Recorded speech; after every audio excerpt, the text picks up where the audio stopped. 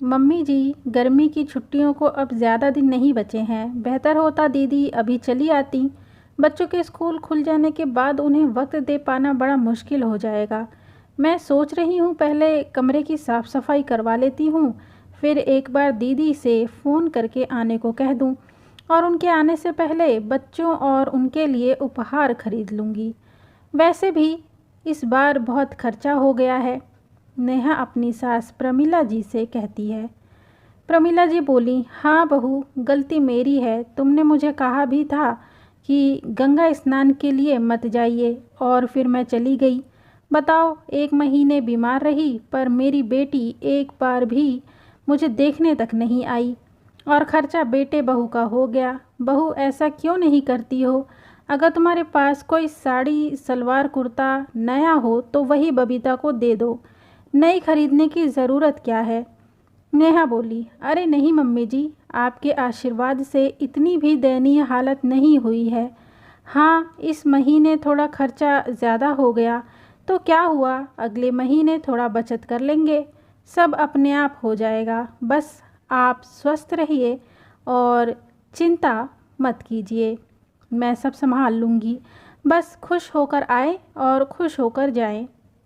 इतना कहकर नेहा अपना काम करने चली गई। इधर प्रमिला सोचने लगी, बहुत समझदार है, काश बेटी भी इतनी समझदार होती, क्योंकि जब भी आती है कुछ ना कुछ ख्वाहिशें लेकर आती है। यह बेचारी उन्हें पूरा करते करते थक जाती है, उसके चेहरे पर खुशी नहीं आती। हम भी तो ननद थे, पर पता नहीं कुछ नंदों का स्वभाव ऐसा क्यों होता है। शाम में मानव यानी नेहा के पति दफ्तर से लौटकर आए और बोले, अरे माँ, इस बार छुट्टियों में बबीता नहीं आई, क्या बात है? कहीं नाराज़ तो नहीं है? प्रमिला जी बोली, अरे हाँ बहू, मैं तुम्हें बताना भूल गई, बबीता का फ़ोन आया था, एक बार तुम भी बात कर लेना। उसे लग रहा है कि भाभी एक बार भी बुलाई नहीं। नेहा बोली, हाँ मम्मी जी, रात में मैं आराम से दीदी से बात कर लूँगी। इतना कहकर वह सबके लिए चाय बनाने लगी। रात में सबको खाना खिलाने के बाद नेहा अपने ननद बबीता को फ़ोन किया और आने का न्योता दिया। बबीता खुश होने की जगह 4 बातें सुना दी। हाँ हाँ, जब मम्मी ने कहा तब आप बुला रही हो, ऐसे तो कभी आप मुझे आने भी नहीं कहती। बबीता की बातों को नेहा ने हल्के में लिया और बात को यहीं ख़त्म किया। बहरहाल 1 हफ्ते बाद बबीता अपने बच्चों को लेकर मायके आई।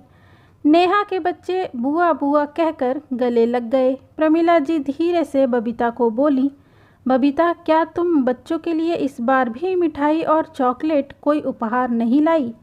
बबीता बोली, अरे बच्चों, तुम्हारे फूफा जी ने तो ढेर सारे उपहार खरीद कर दिए थे, पर मैं लाना भूल गई और ट्रेन में चॉकलेट अच्छी नहीं मिलती है। कल शाम में हम बाज़ार चलेंगे, तब तुम्हारे लिए खूब सारी चॉकलेट लेकर आएंगे। प्रमिला जी बोली, 6 महीने साल भर पर आती हो और हर बार उपहार और चॉकलेट कैसे भूल जाती हो?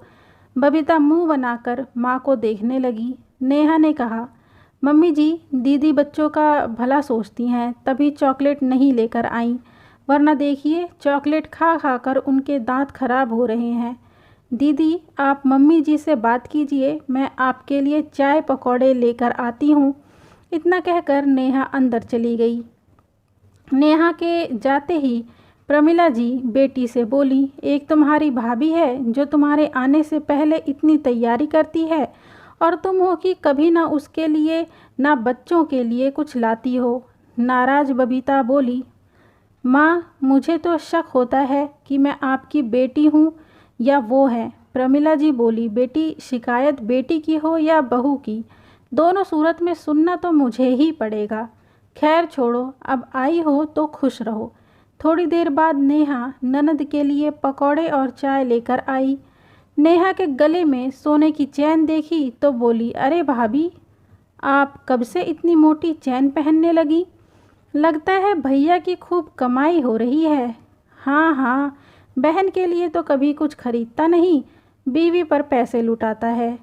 नेहा मुस्कुराकर बोली, अरे नहीं दीदी, मेरे भतीजे का मुंडन था, उसमें मेरी भाभी ने मुझे ये चैन दी थी। बबीता बोली, सीखो भाभी, अपनी भाभी से कुछ सीखो। अपनी ननद को कितना अच्छा उपहार देती हैं और आप हो कि हर बार मुझे साड़ियाँ सूट का कपड़ा देकर टाल देती हो। नेहा मुस्कुरा कर वहाँ से चली गई। प्रमिला जी बोली, बबीता तुम बस लेने की ही बात करती हो। तुमने बहू से यह क्यों नहीं पूछा कि आपने अपनी भाभी और भतीजे को क्या दिया?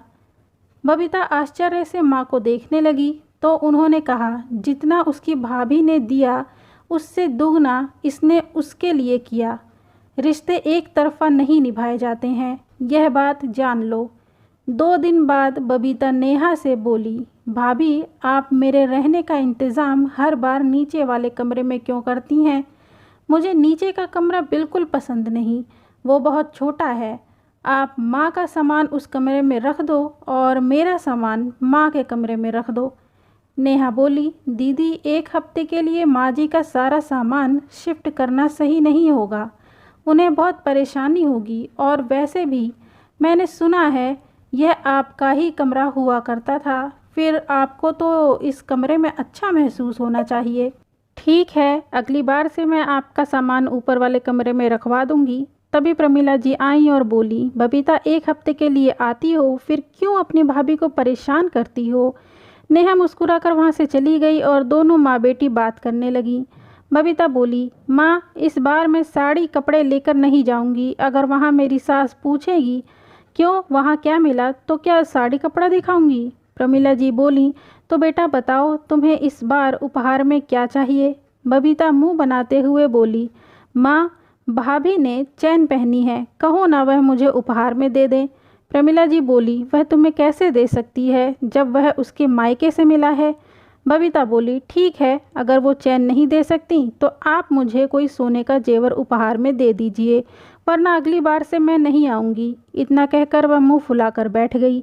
इधर माँ बेटी दोनों की बातें नेहा के कानों में पड़ी। जब यह सारी बात नेहा ने मानव से कहा तो मानव बोले, सोचने वाले और चाहने वालों को कोई नहीं रोक सकता। अब तुमसे क्या छुपा है? बबीता का मन कभी भी किसी भी चीज़ से भरता नहीं, जितना उसके पास उसमें वो कभी खुश नहीं रहती है और पाने की चाहत उसकी बढ़ती ही जा रही है। यह कोई छोटी बात नहीं है। नेहा से रहा नहीं गया, उसने बबीता को बहुत मनाने की कोशिश की।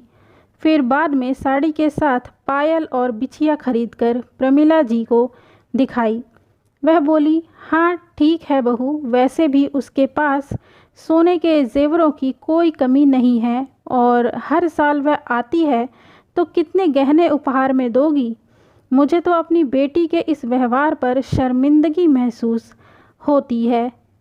करीब 1 हफ्ते तक बच्चे रोज़ बबीता को घूमने की ज़िद करते और बबीता कोई ना कोई बात कहकर उन्हें टाल देती। एक दिन नेहा का बेटा राजू बोला, बुआ जी आपको आए हुए 1 हफ्ता हो गया है, पर आपने हमें ना तो कोई खिलौना दिलवाया ना ही चॉकलेट ला कर दी। नेहा ने बेटे को आंख दिखाया तो बबीता बोली, अब रहने भी दो भाभी, ज़रूर आप लोग चर्चा करती होंगी, तभी तो बच्चे ऐसा कह रहे हैं।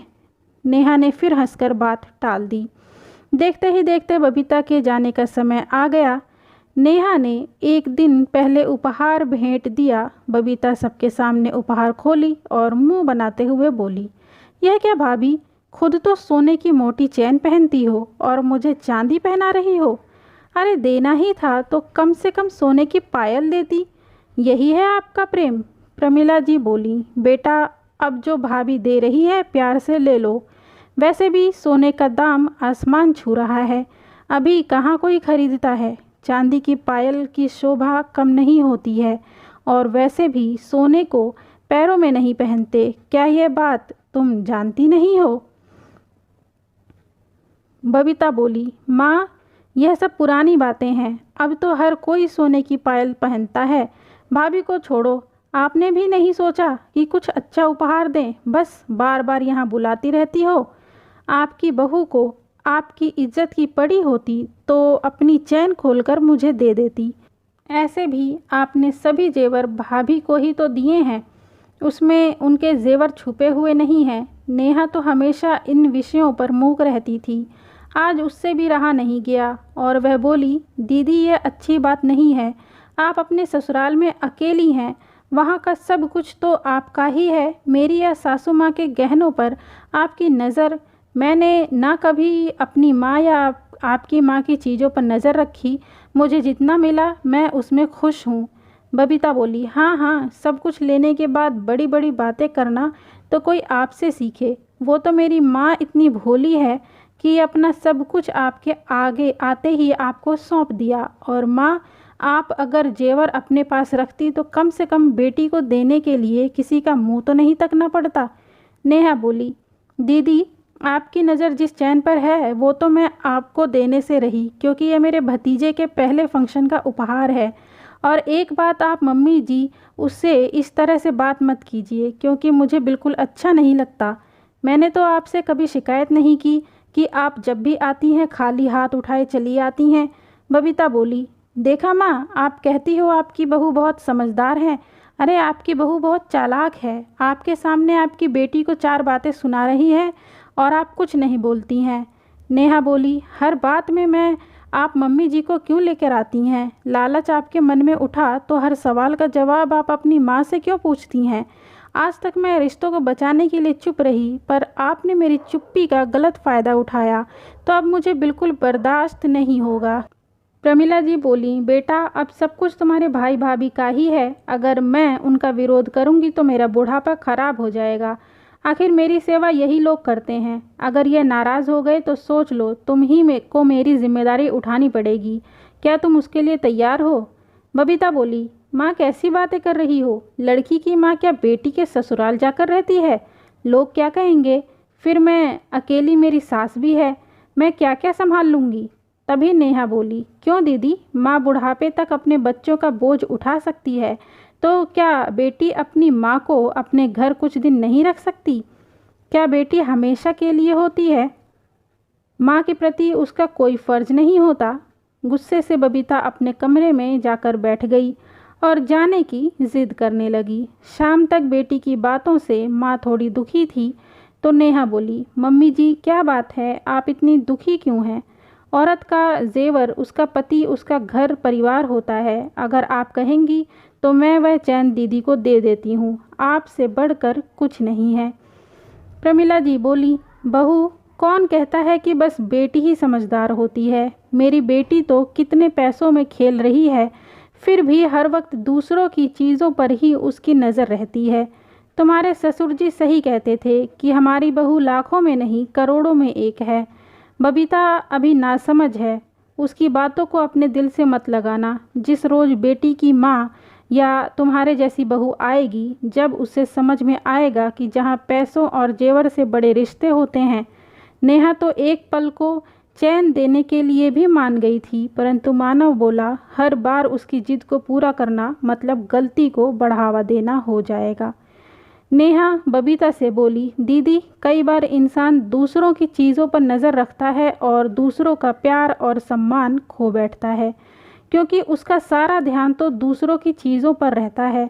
फिर वह अपनी चीज़ों की देखभाल नहीं कर पाता। मेरे लिए मेरा परिवार और यह रिश्ते बहुत मायने रखते हैं।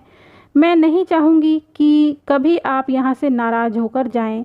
हाँ, बस इतना कहूँगी कि चीज़ों से ज़्यादा आपके लिए आपकी माँ और आपके भाई का प्यार मायने रखना चाहिए, ना कि जेवर। प्रमिला जी ने बड़े प्यार से अपने बहू के सर पर हाथ फेरा, तो बबीता को एहसास हुआ कि वह मायके से जेवर तो ले लेती है, यहीं पर कहीं ना कहीं अपनी माँ का भरोसा और प्यार खो बैठती है। वो कुछ कहती उससे पहले ही प्रमिला जी बोली, ईश्वर तुम्हें संतोष और रिश्तों को समझने की ताकत दे। अब इतना ही दे सकती हूँ, क्योंकि अब तुम्हारी माँ के पास इससे ज़्यादा कुछ नहीं है। कुछ लोगों को अपनी भूल का एहसास बहुत जल्दी हो जाता है, कुछ लोगों को देरी से होता है। बबीता को भी अपनी भूल का एहसास हुआ कि उसके पास सब कुछ होते हुए भी उसने अपनी भाभी के गहनों पर नज़र रखी, जिसके कारण उसके मायके में दूरियां बन गई। पर धीरे धीरे समय बीता, उसने अपनी गलती के लिए सबसे माफ़ी मांगी और अपनी भूल सुधारी। इन सब चीज़ों से नेहा को सास और मानव का भरोसा और साथ भी मिला, जो सबसे महत्वपूर्ण था। दोस्तों, रिश्ते गहनों से ज़्यादा अनमोल होते हैं। इनकी गरिमा को पहचानिए। जितना आपके पास है उसी में खुश रहिए, वरना लालच के चक्कर में आपके पास जो खुशियां हैं वह भी कहीं खो ना जाएं। दोस्तों, आपको ये प्यारी सी कहानी कैसी लगी कमेंट में ज़रूर बताएं। वीडियो को लाइक कर दें, चैनल को सब्सक्राइब करना ना भूलें और वीडियो पूरा देखने के लिए धन्यवाद।